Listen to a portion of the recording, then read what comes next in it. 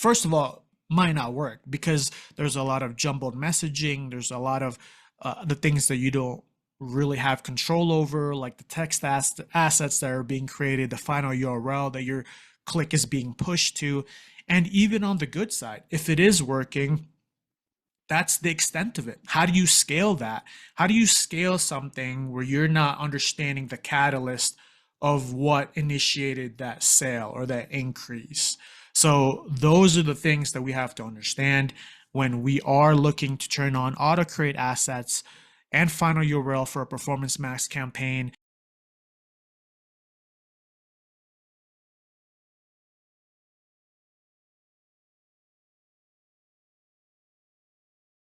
How's it going, everybody? My name is Gene Villanos from the PPC Cave, and today it's just me because me and Ryan have kind of been doing a little bit of a ping pong situation where if I'm busy, then he'll take over and vice versa. So it's just me for today, but rest assured, understand that we will be providing more value together here shortly once our schedules kind of match up more. So I want to get right into it and continue on talking about auto create assets and final URL. Should I use this if I am using or creating a Performance Max campaign? When should I use it? What are the benefits? And what are my experiences as a Google Ads manager on using this with previous clients? So before we get into it, I just kind of want to define it through what Google themselves say, what actually auto create assets and auto create final URL means.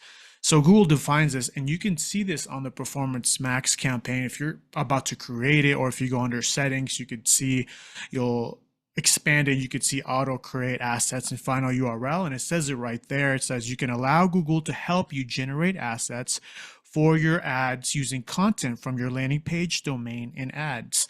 Final URL expansion uses the information on your website landing pages to identify additional relevant search queries. Both of these settings may improve ad relevance and performance.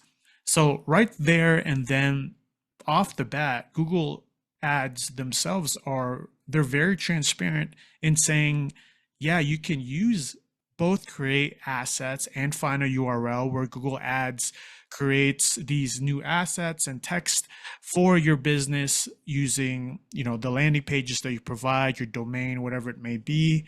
And it could, or it may improve ad relevance and performance. So for me, that doesn't really sound like a vote of confidence when someone is saying you may, that's like there's a chance that you may not, right?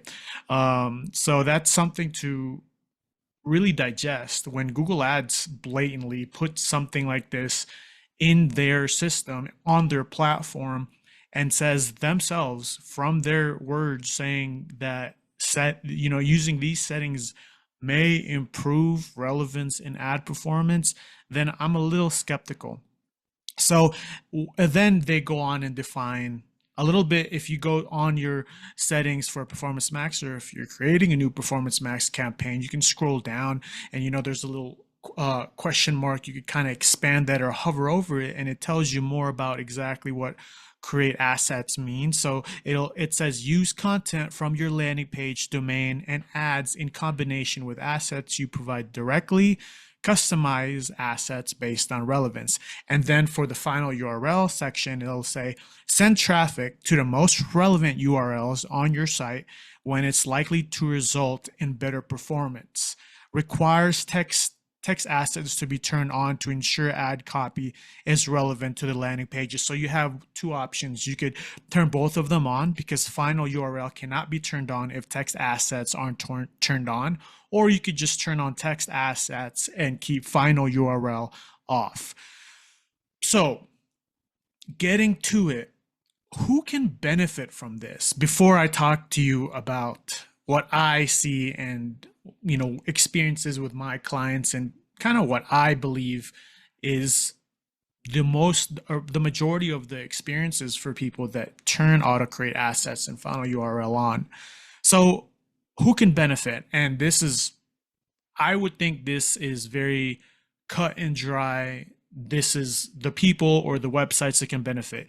If you have a unified catalog, so perhaps if your catalog is one product. So I'm speaking first about the e-commerce section or industry. There's a lot of clients out there where they have multiple products, and it's kind of rare to just have one product. Usually you're going to have some type of variant. You might sell a pair of shoes and you're obviously going to have different sizes, or you might even have both men and women's, maybe even a kid section. So I don't think that's really a lot of websites on Google Ads just to have one product.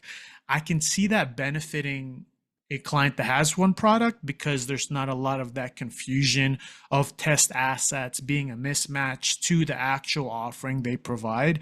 So something with more of like a unified catalog without the variants of different product categories or different offerings, because once you introduce those variants of different offerings and product catalogs and categories, then the likelihood of having an automatically created text asset could be a mismatch and not really even make sense.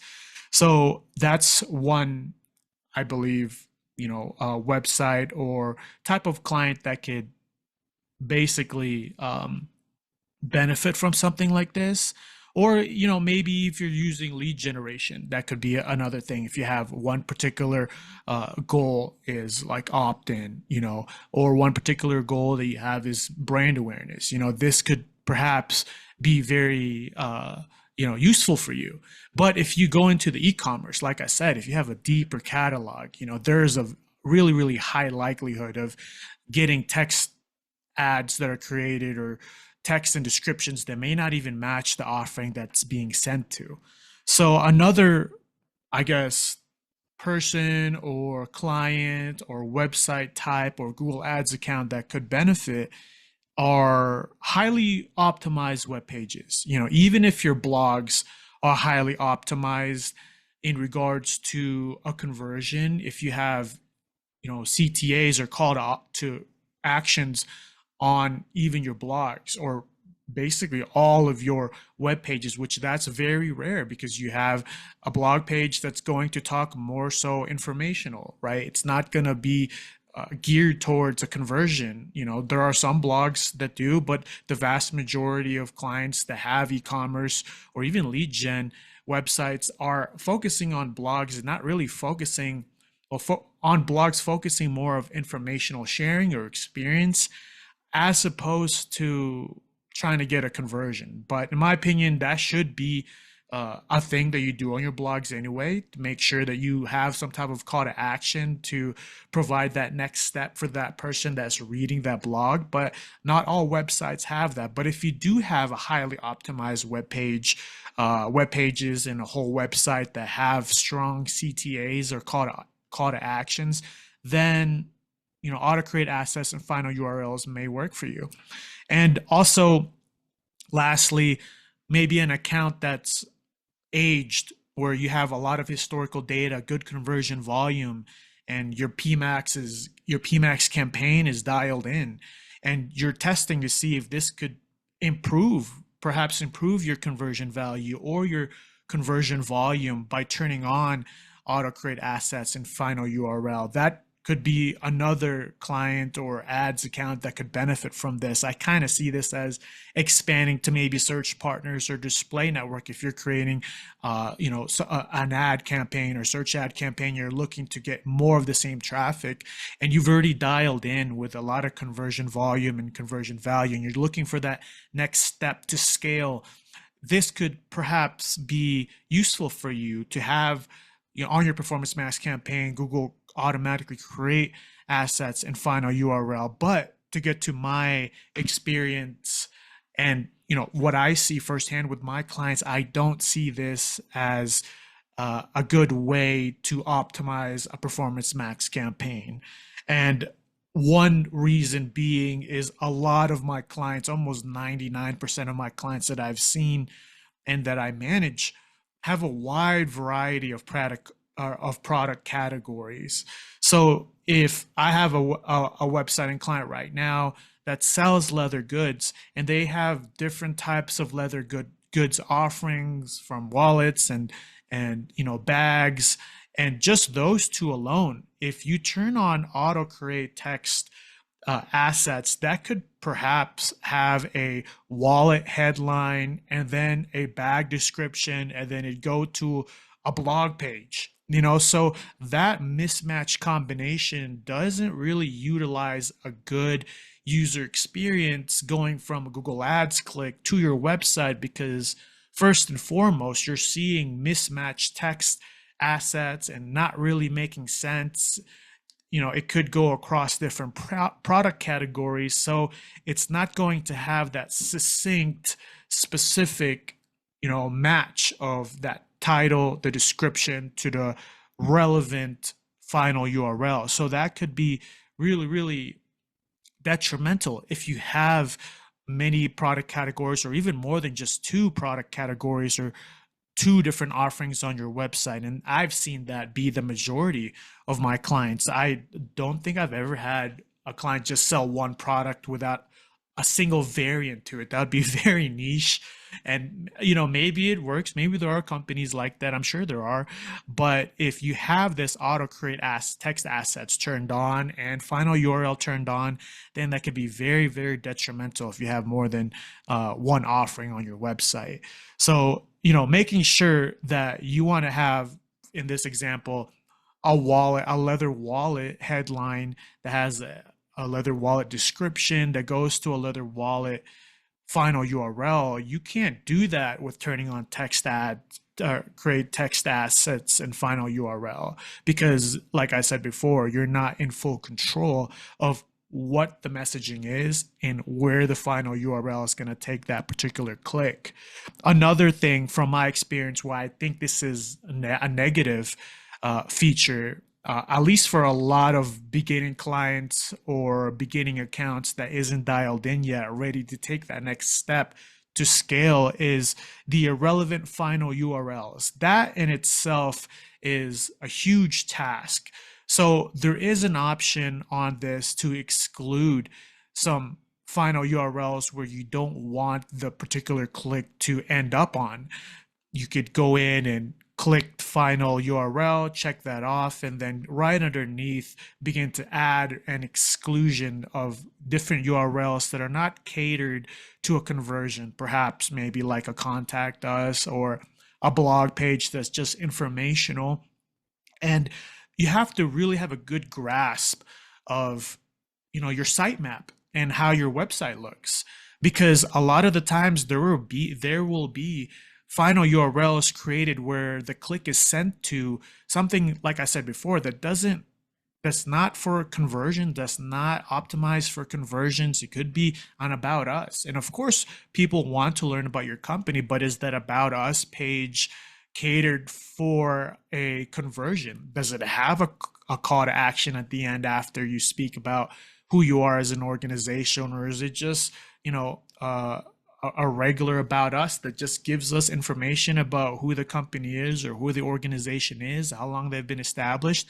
And the majority of websites, clients are just going to have exactly that and not a clear call to action. So therefore, you might end up wasting a click when they end up on your final URL that is super relevant to your offering, that doesn't cater to any conversion. So remembering to exclude all those URLs that aren't conversion based or optimized for conversions is basically a really, really big task. And sometimes you can have a good amount of exclusions, but you might forget a particular web page to exclude, and then you end up getting traffic there, and you're like, why is my performance max spending all this money and not getting conversions? And that could be very much the culprit of why that is. So making sure that you understand, if you are to use this to either have a whole slew of optimized for conversion web pages on your website already, or be very, very diligent and understanding which of those URLs you need to exclude, which a lot of the times clients aren't going to do this. And therefore, this feature is not going to be helpful or bring in more conversion volume or value for them.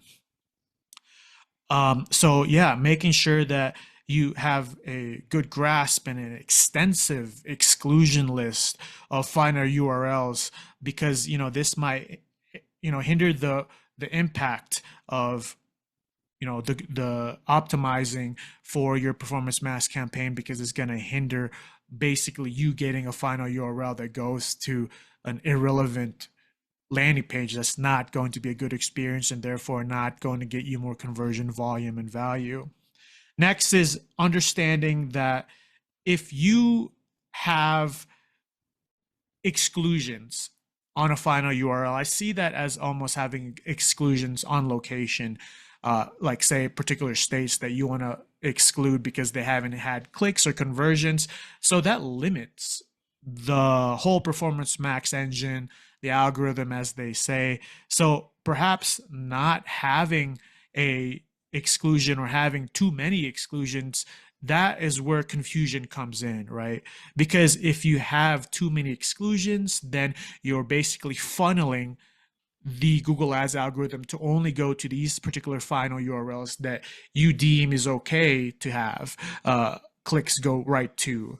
But a lot of the times, Performance Max, from what I've seen, if you don't let it run as a whole, if you don't just let it be, then you're kind of missing the point of Performance Max in general.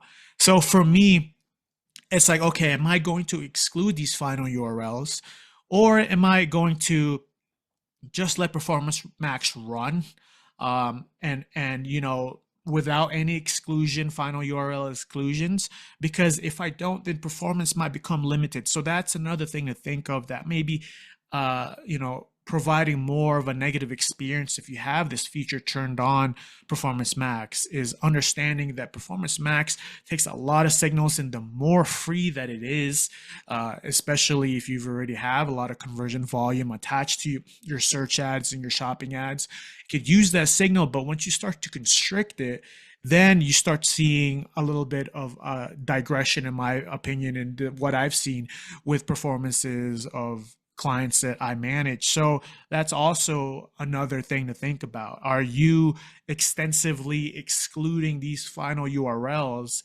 And then on the other side of it, you're not getting the full experience of what Performance Max is as a free-flowing signal-based campaign type. So that could also lead to a negative experience by having this final URL and create text assets on. Lastly is you lose control, and that's kind of the theme of what Performance Max is in general. You're losing control, and you're beholden to just Google Ads' algorithm and the information that they've gathered with previous clicks and previous visitors to your website from Google Ads. So losing the ability to A/B test in a PMax campaign, which you really don't have that many options already, but losing even more control and losing the ability to split test through creating a Performance Max campaign and saying these are the only headlines and descriptions and text ads that I want, because it's going to a relevant final URL, and then maybe creating another campaign or asset group that's saying these are the only headlines and texts and descriptions that I want, going to this particular final URL, losing that because you have auto create text assets and final URL on, is a huge loss of control with a campaign type that is already, you don't have a lot of control over already. So, that's really important, because if you lose that, ability to create your own text ads that provides a final URL to that relevant offering, then, maybe the messaging becomes more generic if you have this turned on, and if you're generic, yeah, that could work in some instances. But from what I see, you have to be able to do both. You have to be able to be specific and also generic when it comes to Google Ads, right? Sometimes we think, oh, this final URL to this particular offering is the one. It has to be. It's the best seller. We've seen this work on the website off of Google Ads on the Shopify backend or whatever your backend is. But when we test it, it doesn't work, right? So at least we know, okay, being that specific may not work. Let's move up from the particular product pages being pushed on Performance Max to maybe the collection. And then if that doesn't work, okay, maybe just the home page, even though that for me that doesn't really provide that much, specific traffic. But it's good to have those levers to push and pull and be specific with the particular split campaign or the campaigns that you want to split test and A/B test. But when you turn this on, you lose that. You have to just be accepting of whatever Google Ads provides you, whatever they see the algorithm, whatever it spits out with the text and final URL. So you lose a lot of that capability to split test campaigns and themes because it's all jumbled up, and sometimes even if it's working well, right? Say you have this turned on and it's working well, you're like, oh, Gene, it was totally wrong. This is actually working well. Well, how do you replicate that and scale? You don't know because it's creating all these different final URLs. There might be inconsistency in the messaging because you don't have control over it. So in my opinion, it's super important to understand that what we talked about before. If you are looking to try this, hopefully your pre-max campaign is already dialed in. You're looking to get more of the similar conversions and increase conversion value and volume. But if you're in beginning and you're trying to pinpoint what is the catalyst for this PMax campaign, so that maybe I could create a shopping campaign or search around it. You don't have that because you don't have control over the text URLs or the text assets. You don't have control of the landing page or the expansion final URL, because you have this turned on.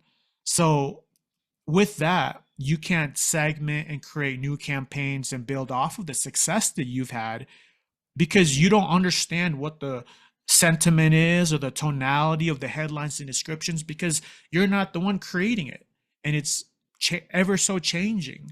So that's really important, as I end this episode, that turning this on, first of all, might not work because there's a lot of jumbled messaging. There's a lot of the things that you don't really have control over, like the text assets that are being created, the final URL that your click is being pushed to.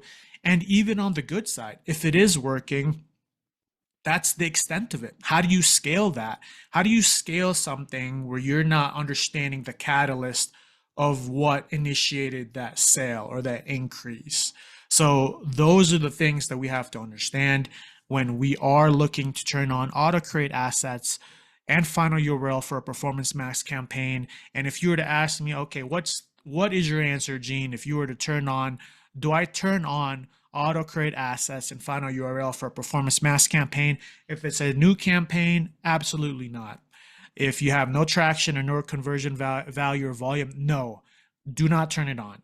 If you have traction and you're looking to maybe test and see if this could elevate your volume, conversion volume and value, then go for it. But jot down when you turned it on and understand, okay, if after 2 or 3 months I've turned it on, I've seen a huge decline in return on ad spend or cost per conversion, CPA, conversion volume or value, well, then perhaps what the culprit is or who the culprit is, and that's turning on auto create and final URL. So I just wanted to do a deep dive on this because I've seen some people speak about it and not really get too specific on what it is or what it could do to your account or which accounts it might be good for or maybe bad for and what stages those accounts are in. So hopefully at the end of this, you understand more about auto create assets and final URL and how it could be a benefit. But from my experience, I've seen it really, really take a toll on just being opaque just being opaque because you're giving Google Ads Performance Max Campaign the reins to do more random things, even though that's Performance Max Campaign as a campaign type is already the most vague and black box campaign. So providing more of that to it, that could be a recipe for disaster. So again, this is another episode that a lot of us are going to need to know about. I still see this as part of our beginner series, but we'll always continue to provide more value. And we release every Monday, 12 a.m. Mountain Time on Spotify, Apple Podcasts, and YouTube. So we are doing a lot of the video. We're doing every video on Spotify also. So you can listen to us and see our pretty faces on Spotify because we're on video mode also, not just on YouTube. And if you have any questions, please email us at theppccave@gmail.com. Me and Ryan will be back for another episode together, and we'll provide more value and more content. So if you have any questions, like I said, message us. You could find us all over TikTok, IG Reels. That's kind of the primary areas where we reside. YouTube Shorts. And we'd love to hear from you. I think we're gaining subscribers. I think we're almost at 70 subscribers on YouTube. So that's awesome. Show us some love, comment, subscribe. And if you're on Spotify, give us a review on there. That really helps us out so that we can do this because we don't get paid for this. This is something that we do on our own time. And if there's nothing else, I'll speak to y'all next time.